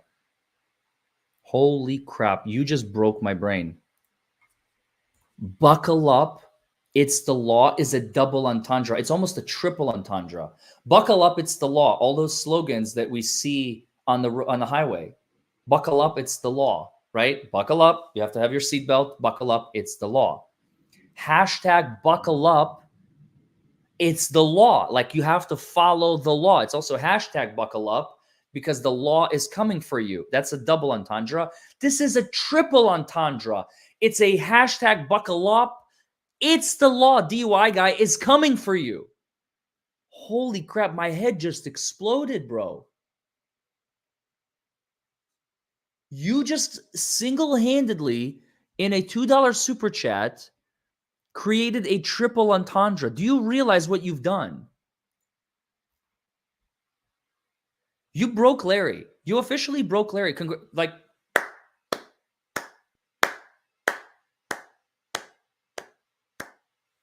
Wow.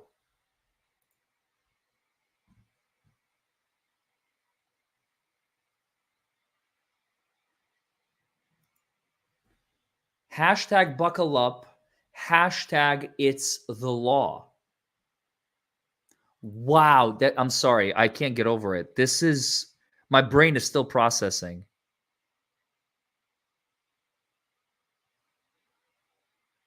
Pure, unadulterated genius in just a random, unintended $2 super chat. This might as well be a $2 million super chat. Bro, this is a $2 million super chat. I'm not joking. You just gave me an idea.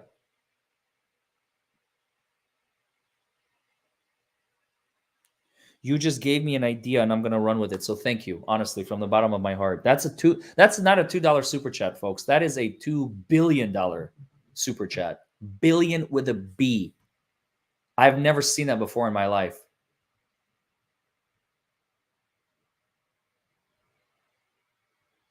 That's going on merch. Just so you know, Jim Dara. Buckle up. It's the law. Is a triple. You know how rare triple entendres are? We've all heard of double entendres, and they're still pretty rare. But a triple entendre in the middle of a live, man. My brain is still processing, bro. That is so much information in this. It's amazing. You know, I love language. I'm a philosophy major. I'm a lawyer. To me, language is everything. Life is language. We create things using language. We say I love you with language. We say I hate you with language. We say, I want to marry you. We say I want to kill you. We use all these beautiful words. And look at that. 5 words. Hashtag buckle up. Hashtag it's the law, apostrophe S. So it's basically 3 other words. 5 words encapsulate probably my future multi-billion-dollar industry. You've just single-handedly created it. I was waiting to create. I was like, what is it going to be? Like, I was working on it because I'm like, buckle up by itself is too, is too loose. We needed something else, and I couldn't think of it. And I was literally with a seatbelt sign slogan. Exactly, right, Cheer Diver?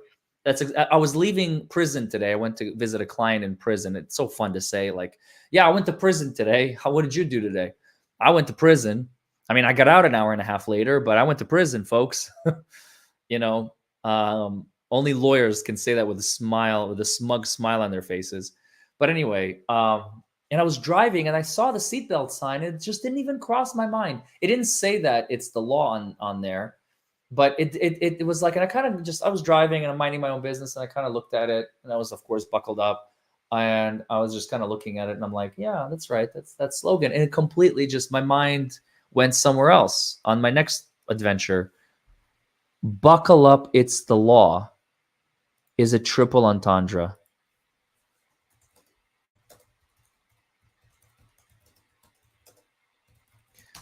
And not only, it is almost a quadruple entendre. It just hit me. I told you I'm still processing. It's almost a quadruple entendre because everybody's going to recognize it. So maybe it's the underlying recognition underneath it that gives it credence. It's amazing to watch this thing evolve in real time, you guys. That's it. I found my merch.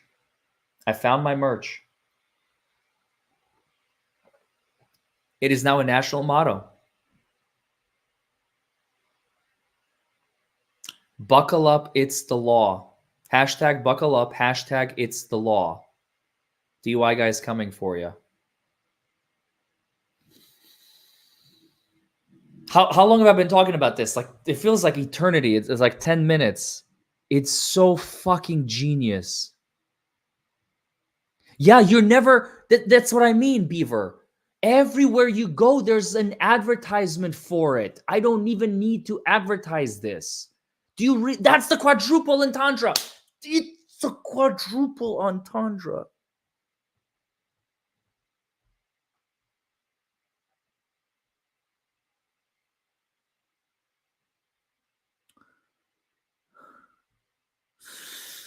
Copyright infringement? Oh, we're gonna see who's gonna fucking government can't have a copyright on this shit. Fuck those copyright cucks.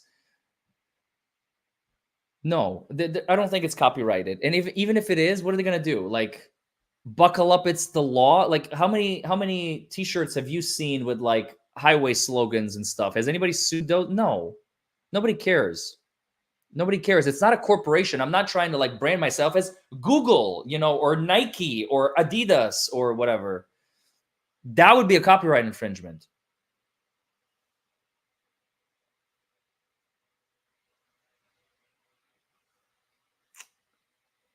Wow.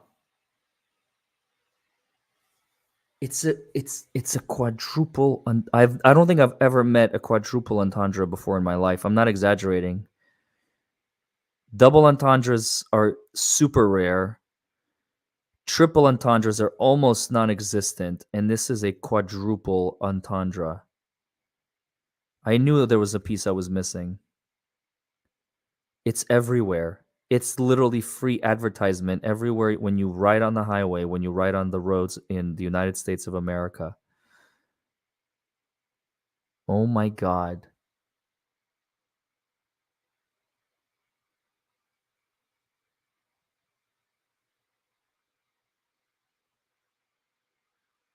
Okay. All right. All right. I'm fixed. Mind blown completely. $2 I'm telling you, that's not a $2 super chat. That is a $20 billion super chat. That is a $20 billion super chat. Hey, the Zohan. Zohan says, Spokojnej noci, Larry. This is the reason you guys can't read it is because it's Cyrillic and it says, have a good night, Larry. Yeah, just add hashtags and it's mine. That's exactly what I mean, you know? It's not, there's no way it's trademarked. What corporation wants buckle up, it's the law? Nobody cares. That's exactly Jim Dara, you are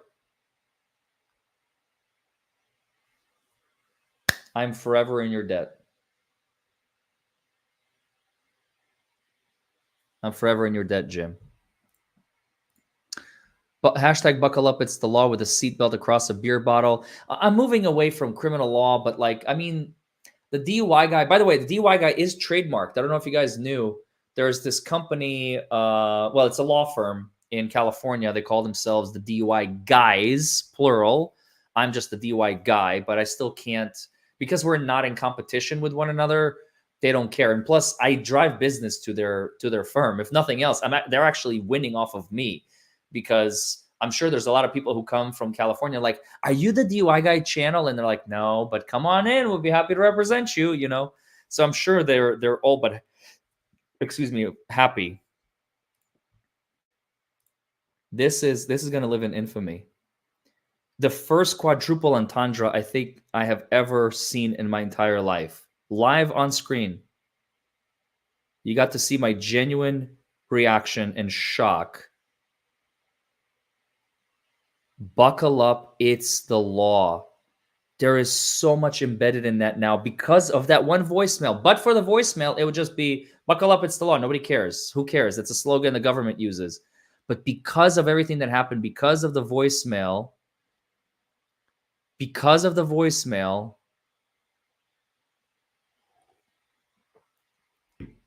there's a bar complaint coming. Tell him to buckle up.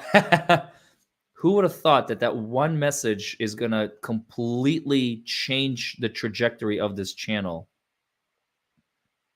First Amendment litigation. I mean, you guys are seeing this in real time. This is no joke, you guys. I'm serious.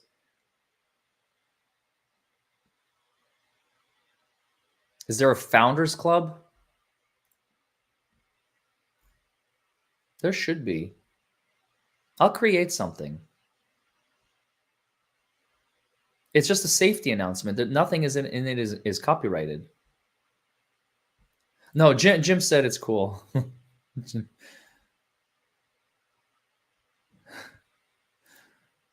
That is the most phenomenal super chat. I wish I could like save it and frame it.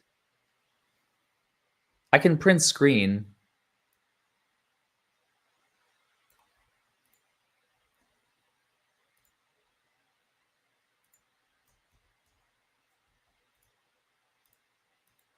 I just want to save it real quick. I'm sorry, you guys. I'm taking up way too much time on it, and I do apologize. But I'm just. It takes a while. It takes a lot to shock me. It takes a whole lot more to mesmerize me. But to break me for a solid 15 minutes, Jim, that is a standing ovation. That is a standing ovation. No one has ever done that before in the history of this channel. And I've had this channel for 5 years and a couple months now that I've been active on it. All right. Wow.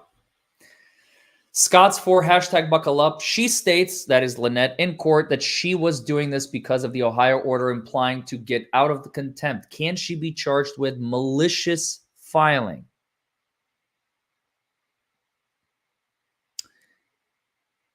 Maybe. Maybe. Especially if that's the only reason she's doing it. I mean, she's basically admitting to falsifying evidence and falsifying testimony and perjuring herself. So yeah.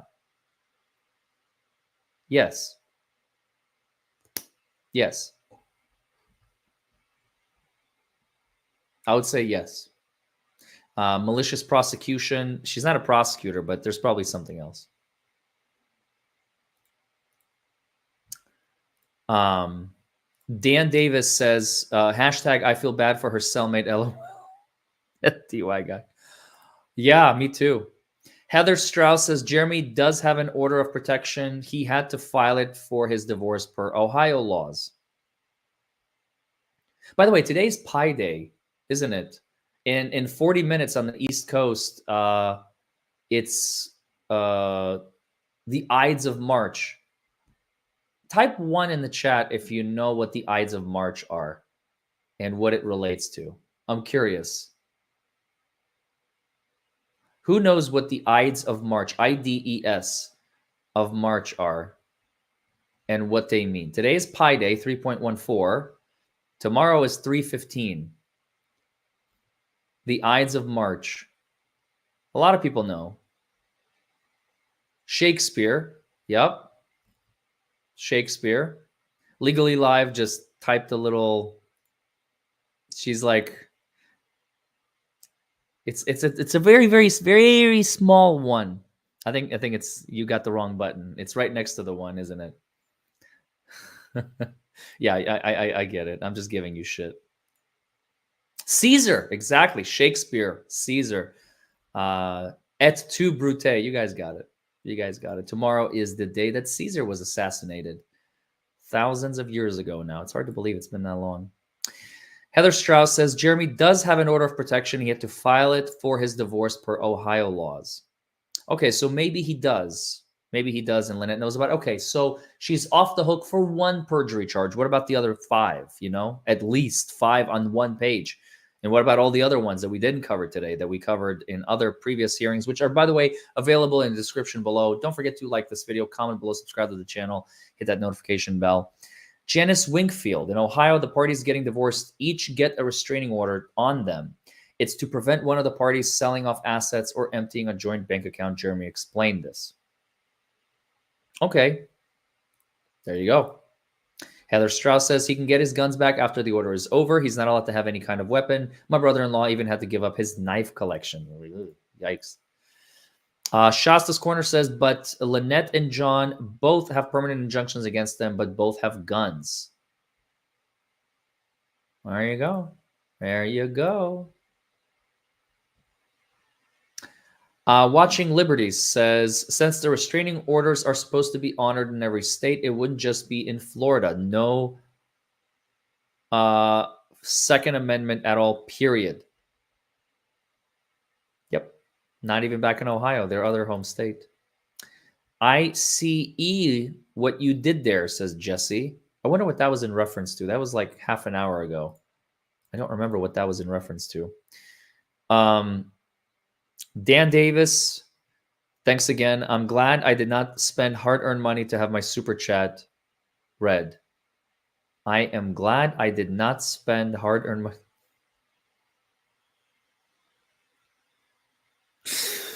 That's funny. That's actually funny.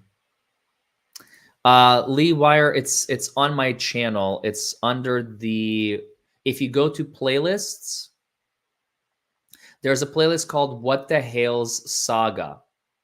And if you look at the videos under the What the Hales Saga, this is video number 3. A former Florida judge just threatened me with a bar complaint in Kentucky over What the Hales video. And it's a 42-second video. Go watch it. Rest in peace, Caesar. Rest in peace, eventually, Judge DeThomasis and his career. Does John Crook and Libermente still have a gun, says Jill Max Martinez. I don't know. People are saying they do. I have no proof either way. Sonny, thank you so much for the 20 super sticker. I am sane gifted another membership. Thank you so much, brother. I really appreciate that. Does anybody want to shout out who got the membership? Did you get the membership? Lady Law or World Explorer? I don't know. Yes, they both do. So they do have just no video proof, huh? Look, a squirrel. Where? The pellet guy knows me. The pellet guy knows me. I'm literally just like, what? I'm very attentive. I don't know. People call it ADD, ADHD, whatever you want to. I don't think I do. I don't take medications. I don't even drink caffeine anymore. Only like green tea, natural caffeine. I don't drink coffee, I should say. I shouldn't say I don't drink caffeine. I don't drink coffee. I haven't had coffee in months. I only had like a couple.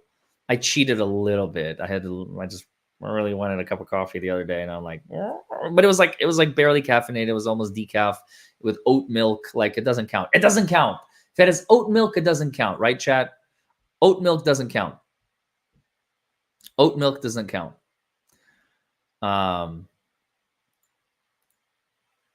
Tricky Chai says she is a Chihuahua, Italian Greyhound mix. Trying to think of logistics, how a Chihuahua fucked a Greyhound or vice versa. Ooh, creepy. Let's not think about that too long. Aren't the Greyhounds huge and Chihuahuas are just tiny, silly, little doggies? Yeah, don't get a mental image there, folks. Chris Martin says, if you ever want to talk about wage theft, hit me up. Look up Christopher Martin et al. Versus Eat Street, $1.25 million settlement in Wisconsin. Right on. Good for you, Chris Martin.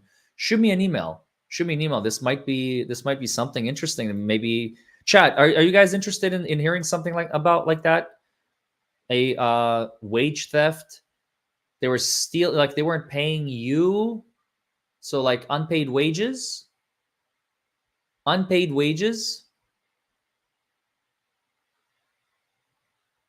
wages, and you got a $1.25 million settlement. That sounds like there was some bad faith there too. This would be interesting, I think. Christopher Martin et al. So that means there was more than one party versus Eat Street. Eat Street, isn't that like a Grubhub delivery service? Isn't that similar? I think I found it. I'm going to bookmark it.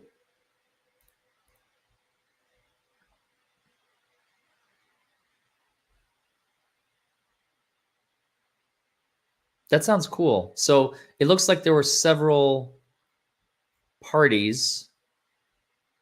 Christopher Martin, Scott Quattrucci, and Calvin Jones, individually on behalf of others similarly situated.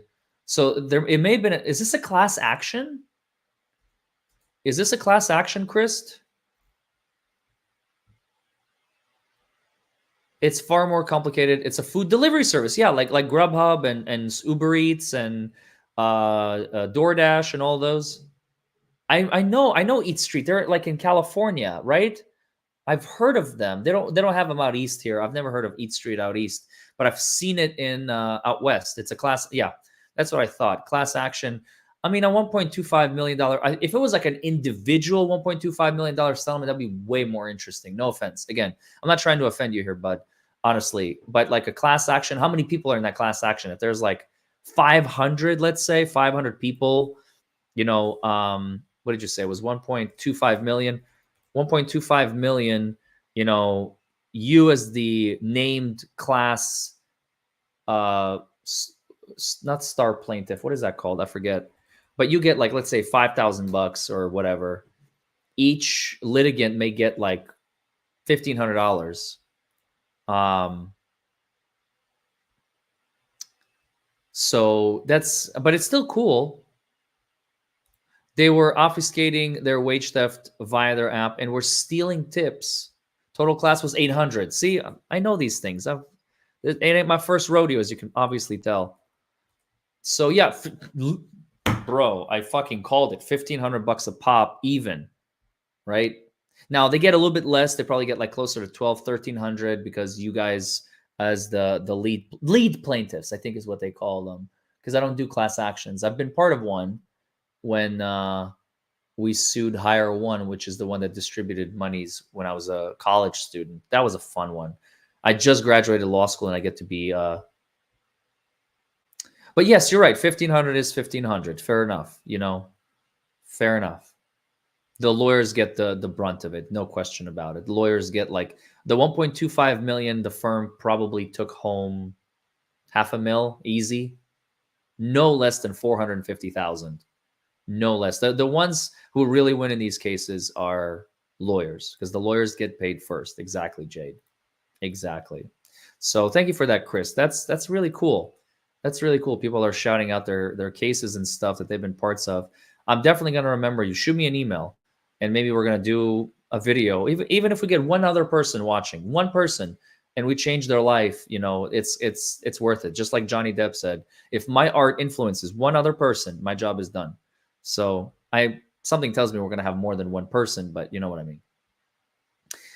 Caroline B says, so with the temporary, it stays in the state only, not all 50. True that he can have in Ohio. So he can't, no, he still would not be able to have guns in Ohio. Larry, you got to beat Lynette to the patent office. Hashtag buckle up. Hashtag it's the law. That's hilarious. Brian Watkins, there's a video of Crook pulling and pointing a handgun at Johnny. I was talking about Johnny Depp. Jeremy Hales. Celeste Lewis says, hashtag buckle up, it's the law. Will you pay royalties? Right? Exactly. Oh, wow. This is good. And yeah, yes, Legally Live, you're absolutely correct. Criminal law does not pay long term. I mean, I was able to build a successful practice out of it, to be completely honest, but I want to sell it now. I want to sell it. I'm done with it. If I don't sell it within the next 21 months, I'll be very unhappy. I want to do First Amendment litigation. I want to protect people like Jeremy and George, and do that full time. You know, if I get somebody to buy my law firm for 8 to 10 million, it's going to be solid. I'm going to be able to use that money in order to fund a brand new practice. So I think it's going to be very, very exciting and very, very good. And I would be very, very happy. You know what I mean? So that's where I'm headed. The DUI guy is still alive and well. I'm going to represent all of my clients to the best of my ability. That will never change. That's just who I am as a person. And so that's the way it's going to be. And I might still take on cases. I mean, you give me like a $75,000, $100,000 retainer, I'm not going to say no. You know what I mean? Legally Live. I appreciate the compliment, but you know, I can use those skills to make millions to other people. That's the thing. That's where my heart is, to make other people money rather than just keep them out of jail. So I think the skills are very transferable. I just need to learn a new field. That's it.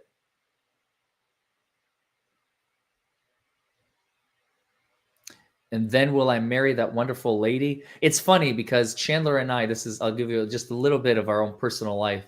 We'll be sitting on the couch and we'll be like, you know, she'll say something and then I'll say something. And then she'll be like, and that's why I married you. And then we'll just giggle. You know, that kind of stuff used to scare me. Like, she's talking about marriage. She's talking about marriage. Like, why are we talking about marriage? And now it's like, it just feels right. You know, it feels good. It feels wholesome and healthy. And I'm not worried, you know, checking my phone. Like, did she text me? Did she text me? Did I get a text from her? Did I get a message from her? Do I need her? Does she need me? Like, it's really nice. I will say that. It's really, really nice. And we joke around like, and that's why I married you. And like, we're not married, but you know, we're already in that, it's still the honeymoon phase. So maybe it will change. Maybe it won't. You know, people said something very interesting. I'll share with you one last thing before I go. People said that vacation when you go on vacation with someone, you will know whether or not the relationship will survive or whatever. And I'm like, what are these people on? Like, it's just a vacation. Who cares? They were absolutely right. Our relationship will never be the same again after we went on vacation, because you spend a lot of time talking to one another, and you spend a lot of time like way more, because you're not distracted by work, you're not distracted by this, by that. You're completely, even though we live together already, living together in a hotel room in on a beach is completely different, and our lives will never be the same again. Thanks to that vacation, they make or break relationships. I have seen it. I have seen it break my own relationships in the past. I just never thought about it. When we finally finished our vacation, we're on our way back, we both agreed we felt closer to each other than we ever have before. That's a fact. And that's because we shared a lot about each other, to each other, things that maybe we wouldn't have shared another 6 months from now, but because we're on vacation, we had the time and energy and all of that. So,